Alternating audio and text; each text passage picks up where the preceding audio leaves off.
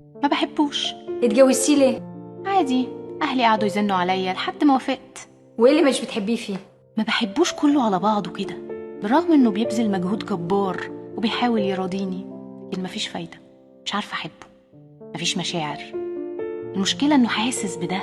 بقالكوا كام سنه متجوزين وهل في ولاد؟ بقالنا سنة والحمد لله مفيش عيال. طب وانت عايزه ايه؟ عايزة اتطلق. وايه المانع انك تطلقي؟ خايفة اكون بظلمه وخايفة على زعل اهلي. كنت مرتبطه قبل كده؟ كنت بحب واحد 3 سنين ومحصلش نصيب. اتجوزتي بعد ما سبتوا بعض على طول؟ بالظبط. اهلي اقنعوني اني هنسى بمجرد ما ادخل في علاقة تانية. بس من هنا المشكله، الدخول في علاقه جديده ولسه الملف القديم مفتوح هو سبب كل اللي انت بتمري بيه دلوقتي. وبنات كتير زيك بيغلطوا نفس الغلطه، وللاسف الاهالي بتنساق وراهم من غير لما يعرفوا الكوارث اللي بتحصل بعد كده. والعكس، والغريب في الموضوع ان اهلك هم اللي شجعوكي على كده. لكن خليني اقول لك شويه مواقف وقولي لي ده بيحصل ولا لا. احيانا بتعملي مقارنات بين العلاقه القديمه وعلاقتك مع جوزك الحاليه، صح؟